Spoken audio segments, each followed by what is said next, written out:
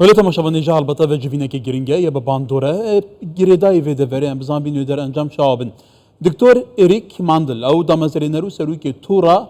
زانیاری و سیاسی روشالات ناوینه لنیویورک لامریکا گل مدایک او جوینه تدابنها بره ودچه دکتور دمات باش به گلو وکو اسرائیل داخاز دکت چارچوبه و جوینه ده سپاه پاسداران ایرانی بکوت لیستا تیرور ده بدیناتا وکو همو پرزگیری که روشالات ناوین گلو امریکا روسیه دیسان ویتو دیجه دو بکاربینن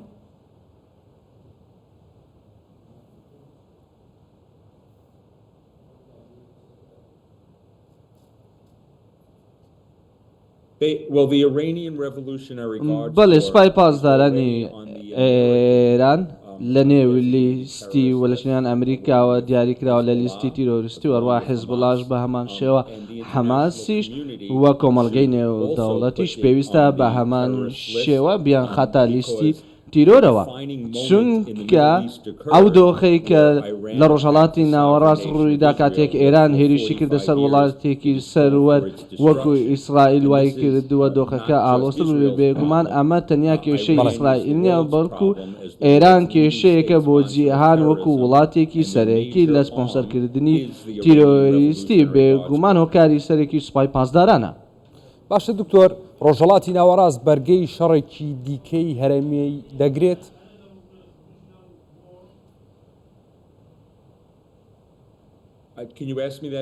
ببوورە دەنگت بە باشی نەگەیشتە من. دکتۆر ڕۆژهەڵاتی ناوەڕاست بەرگەی شەڕێکی دیکەی هەرێمی ئەگرێت؟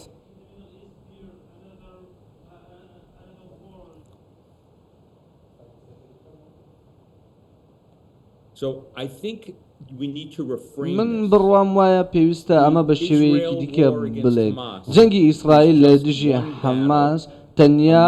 جەنگێکە لە نێو جەنگێکی مەزنتردا کە ئێران بەڕێوەی دەبات. ئێران چەندین ئاگری لە حزبڵا لە لوبنانەوە حەماس لە غەزە جیهادی فەڵەستینی لە وهروەها لە کەرتی خۆر ئاواش ئەمانە هەمویان لە دەوروبەری ئیسرائیل کۆکراونەتەوە کە وای کردووە ئەمە دۆخێکە پێویستە لە بیرمان بێت ئەم دۆخە بووەتە هۆی بووەتە کە شەیتانی سەرەکی لە ڕۆژهەڵاتی ناوەڕاست ئێران بێ گەورەترین هەڕشەیە بۆ تەواوی ناوچەکە ڕژێمی ئێران کێشە سەرەکێکەیە ئەمە جیامە مکەنەوە لەگەڵەوەی کە ئیسرائیل لەگەڵ حەماس دەکا و ئیسرائیل لەگەڵ حەماس دەکات ئەمانە هەمویان لە هەمان بەرێکدا هەمووی هۆکارەکەی ئێرانە کە دەوێت ڕۆژهەڵاتی ناوەڕاست داگیر بکات. ولی دکتۆر ڕۆژهەڵاتە ناوین زێدەتری هەژموون ئەوان هێزان تێدیتن کە دژی بەرژەوەندیان ئەمریکانە رووسیا هاتکە فێری چین بە ئەوەیەکی دن هاتکە بێگومان ئەvە ئیرانی هەژموونەخوا بەرفرە کردە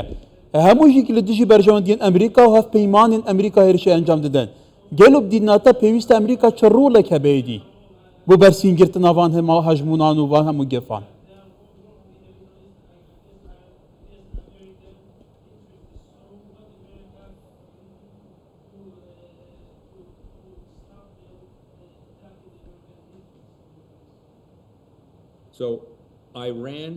بەڵێ ئێران خوێنی چەندین دێی لەسەر شانەوە خوێنی چەندین ئەمریکی لەسەر دەستە هەروەها هاوپەیمانانی ئێمە بیر لەوە بکەوە ئێران و میلیشیاکانی سەر بە ئێران لە عێراقکە هێرشیان کردە سەر کوردستان و خەڵکی بێتاوانیان کوشت پێویستە ئەمریکا چی بکات؟ ئەمە دەربارەی ئەوەی نییە کە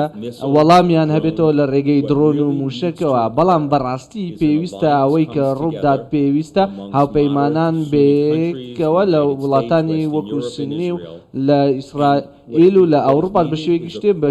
بەیەکەوە هەمویان داوای گۆڕانی ڕژێم لە ئێران بکەن بۆ ئەوەی ئەمە بۆ ئەوەی پشتیوانی ئێران بواتە پشتیوانی خەڵکی ئێران بکەی بەرگری لە مافەکانی مرۆڤ بکەی کە لەلایەن ئەم ڕژێمە خراپەوە پێشێل کراوە بۆی دەبێت ئەمە خاڵی وەرسەرخان بێت و خاڵی کاردانەوە بێت سوود لەم دۆخە ببینی لەم هەلە ببینی بۆ ئەوەی داوای گۆڕانی ڕژێم بکەی وە بەشێک لە سیاسەتی ئەمریکا لە ڕۆژهەڵاتی ناوەڕاست ئەمە بەو شێوەیە کە دەتوانی بەسەر ئێراندا سەر بکەویت و ڕۆژانێکی باشتر لە داهاتوودا بێنە ئاراوە وە لە تەواوی ڕۆژهەڵاتی ناوەڕاست لە سعودی عەرەبیا و کوردستان. باشە دکتۆر تاوەکو ئێستا ئەمریکا بۆچی نەیتوانیوە ئەو هێرشانی کە ئیسرائیلی کاتە سەر خەڵکی سیڤیل و خەڵکی سیڤیلە کوژێ بۆچی تاوەکو ئێستا نەیتوانیوە ئەوە ڕابگرێتەوە چارەسەر بکات پێ دوایە بتوانێت ئەمریکا جەنگێکی دیکە لە ڕۆژهڵاتی ناوەڕاست جارێکی دیکە لە نێوان ئیسرائیل و وڵاتێکی دیکەکە ئێرانە بەڕێوە ببات؟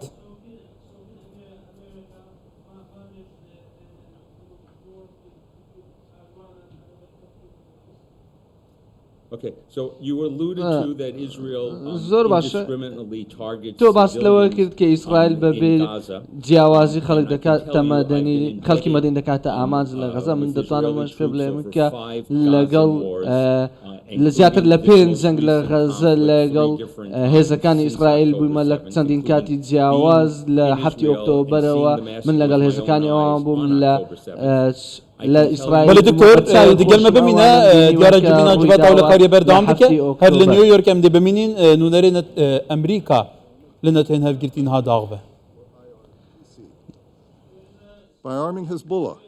لەلایەن پرچەکردنی حیزبوڵا و هەروەها دژی جارنامەی مافەکانی مرۆڤ و ئەنجومەنی ئاسایش و پرچەکردن و توانای هێزەکانی حیزبوڵا بۆی هێرش بکەنە سەر وڵاتانی ناوچەکە و هەروە دەستگرتن بەسەر کەشتیە بازرگانیەکان لە دەریای سوور ئەمە بە ڕوونی دژی یاسا نێودەوڵەتیەکان و جارنامەی 2022 و بێگومان ئێران درۆنی شاهیدی بۆ رووسیا گواستێتەوە کە بێگومان لەو هەمان درۆن لە دژی ئیسرائیل بەکار هاتووە ئەم گواستنەوەیە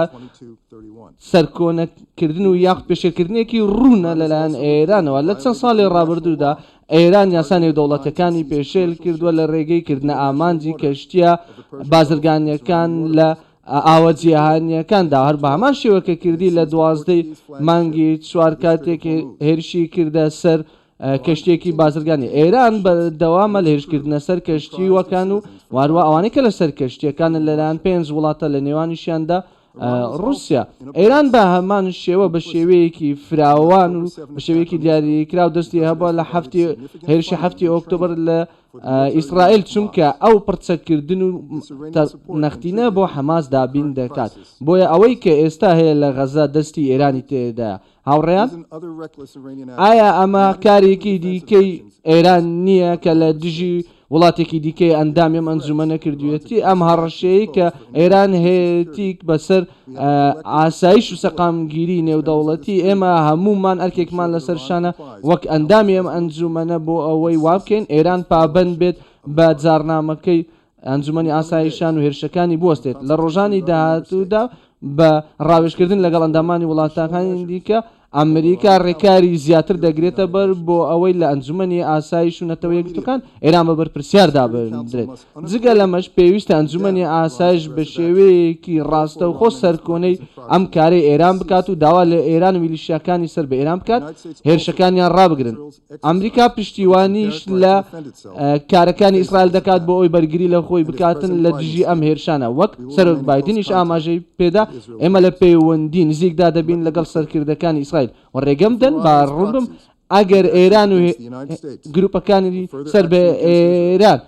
هێرش بکەنە سەر ئەمریکا یاخود کاری زیاتر بکەن لە دژی ئیسرائیل ئێران بە بەرپرسیاردا دەدرێت ئێمە دەزانین سکرتێری گشتی ئاماژەی بەوەدا کە ناوچەکە لە مەترسیدایە بەهۆی بوونی جەنگی زیاتر ئەمریکا بە دوای گرژی و ئالۆزی زیاتردا ناگەڕێت کارەکانی ئێمە بە شێوەیەکی خوددا ئاسا بەرگریکردن بووە و ڕێگریکردن بووە لە ئالۆستربوونی گرژەکان بۆیە ئێمە بە دوای سەرکۆنەکردنی ئەنجومەنی ئاسایشدا دەگەڕن بۆ ئەو هێرشانی کە ئێران کردوێتی و هەروەها هاوبەشەکانی و گروپە چەکدارەکانی سەر بە ئێران ئەنجامیان داوە ئێمە داوا دەکەین دۆخەکە هێور ببێتەوە و ئالۆزیەکان کەم بکرێنەوە بۆ ئەوەی ئەو دۆخەی کە لە غەزەش هەیە لە ڕێگەی ئاگربەستەوە و هەروەها ڕێککەوتنێکی بارمتەکان گەیاندنی هاوکاری مرۆی بۆ خەڵستینیەکان کۆتای پێبێنرێن زۆر سپاسی نوێنەری ئەمریکا دەکەم دەگەڕێمەوە لای ئیکوادۆر زۆر سپاس خاتونی سەرۆک سپاس بۆ سکرتێری گشتی بۆ ئەم گوتارەی ئەمڕۆ پێشکەشی کرد و هەروەها بخێراتنی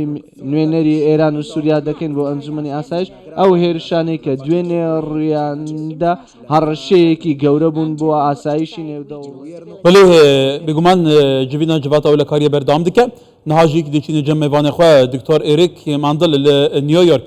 دکتور وقتی نونر امریکا گوتی لروش خلاط ناوین دست ایران لهرشن دریا سور هيا لغزه هيا يعني برفرابونا هجمونا ايران قالوا بو چه ودگرين هند کس هنه اداره بايدن تومد باردكن كو باوايكي كي صالي بگومان اون نرم تعامل گل ایران دکه مینا سردم ترامپ نینه بو امریکا مجال ده ایران بوی اوای برفره لروش خلاط ناوین پرزگریکا چکت وکه نینر امریکا گوتی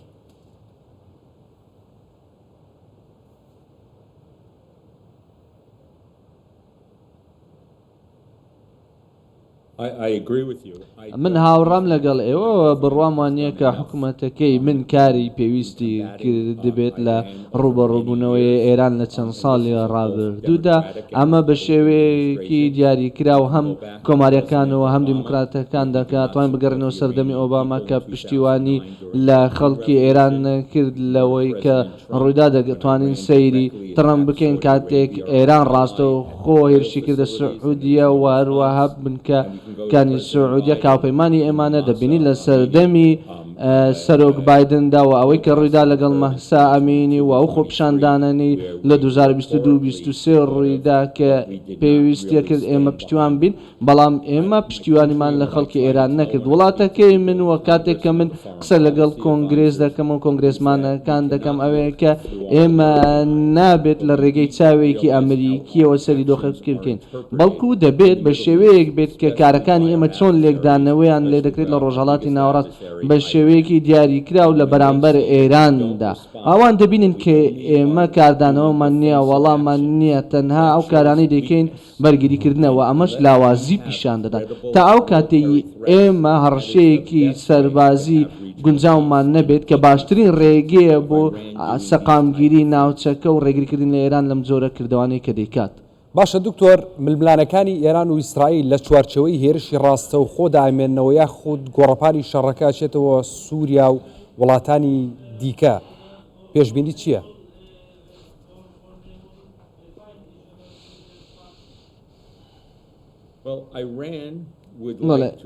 ئێران دەیەوێت لە ڕێگەی گروپە میلیشەکان سەر بە وڵاتەوە شەڕ بکات بۆیە ئەمە ئەو حاڵەتەیە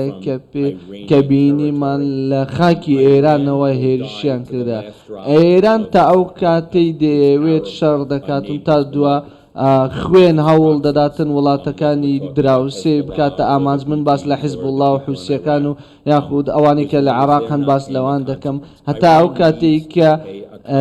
پێویستە ئێران بازی ئەو کارانەی بدات کە کردوێتی و دەمەوێت دووپاتی بکەم و ئەگەر بمانەوێت کێشەکە چارەسەر بکەین و چەند شتێکی کەم دەتوانێت چارەسەر بکەن بەڵام بۆ ئەوەی بە شێوەیەکی دیاریکرا و ڕوبڕووی ئەم کێشانە ببینە ئەوەیە لەگەڵ گۆڕانکاری ڕژێمەکە ببینەوە ئەمە واتای ئەوە نیە کە سەربازەکانی ئەمریکا بچنە ئەو شوێنەوە ئەمامە واتای ئەوەیە کە ئێمە سیاسەتێکمانە بێ پشتیوانی لە خەڵکی ئێران بکەین بۆەوەی ئازادنەوە ئەوەش ئەو شتێک کە ئەوان دەیەوێت و پێویستە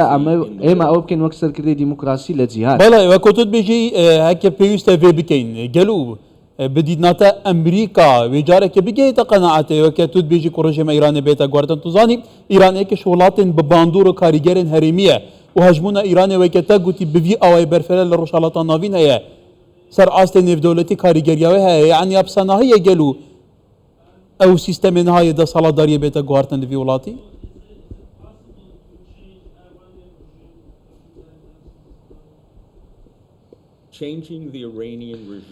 گۆڕینی ڕژێمی ئێران سەبارەت بەوەیە کە خەڵکی ئێران چی دەوێت ئەمریکا ڕژێمەکە ناگۆڕێت بەڵام دەکرێت ئێمە دەکرێت بە خەڵکی ئێران بڵێن کە ئێمە پشتیوانی لە خواستی ئەوان دەکەن بۆ ئەوەی ئازاد بن لەو جۆرە ڕژێمەی کە چەندین گرژی و ئالۆزی بووە لە دژی خەڵکەکەی و مافەکانی مرۆڤی پێشێل کردووە ئێمە دەکرێت پێیان بڵێن کە گۆڕانی ئەم ڕژێمە پشتیوانی لە خەڵکی ئێران دەکات هاوکاری خەڵکی ئێران دەکات خەڵکی ڕۆژهەڵاتی ناوەڕاست و ئەمریکاش دەکات کاتێک ئەمە ئەو کارە دەکەین ئێمە چونکە ئێران ئێستانێکە دکتۆر ئەمریکا دوو ڕژێم لە ڕۆژهەڵاتە ناوین گۆڕی هەم بێگومان ئەفغانستان لە تالیبان گۆری لێنها ڕەوش ئەفغانستان ئیجارەکە دەم بوو سەردەمێ تالیبان زڤری بەریا 2000 ڕژێما سەدام گۆری بوو 2003 نها سیستەمێکی تایفیە مرکزی لە عێراقی هەیە کو پێتر هەژمونا ئیرانê li ser zala mafê pêk hatan pêşêl dike wekû pêdivî bi namayên demokrasiyê wekeviyê bêguman di Iraqê danîne gefê li hêzên Emerîka dikin grûpên çekdar hene kewata tu nabînî gelo Emerîka li serkeftina guhartina rejêman jî ki li Rojhilatê Navî serkeftî nebûye rejêmeke digore êka xirabtir tê teşînayê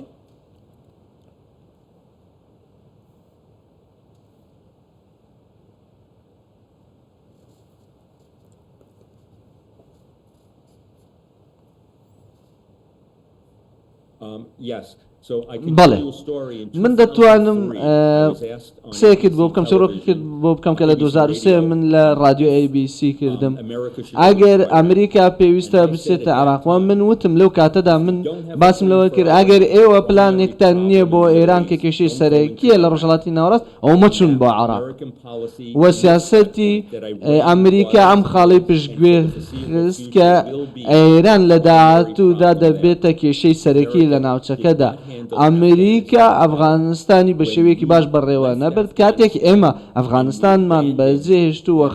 خەڵکی ئەوانمان پشتگوێ کرد و گەڕانەوە بەس تالیبان بێگومان بۆ هەموو هاوپەیمانانی ئێمە لە تەواوی جیهان کە هەر هاوپەیمانێک لەگەڵ ئەمریکا بێت ڕەنگە پشتگوێ بخێت پێویستە ئێمە وانەیەک فێربین ئەمە نەکەین بۆ بەرامبەر بە هاوپەیمانێکمان بەڵام هیچ جیاوازیەک نییە کە 45 ساڵی ڕژێمی ئێران سەرەکی ترین کێشەیە بەداخەوە چەندین ئیدارەی ئەمریکی بژاردەی ئاشتیان بژاردوێتە بەر باش بەڕێز دکتۆر ئیریک ماندڵ دامەزرێنەر و سەرۆکی تۆڕی زانیاری و سیاسەتی ڕۆژهەڵاتی ناوەڕاست لە نیویۆرکەوە لەگەڵ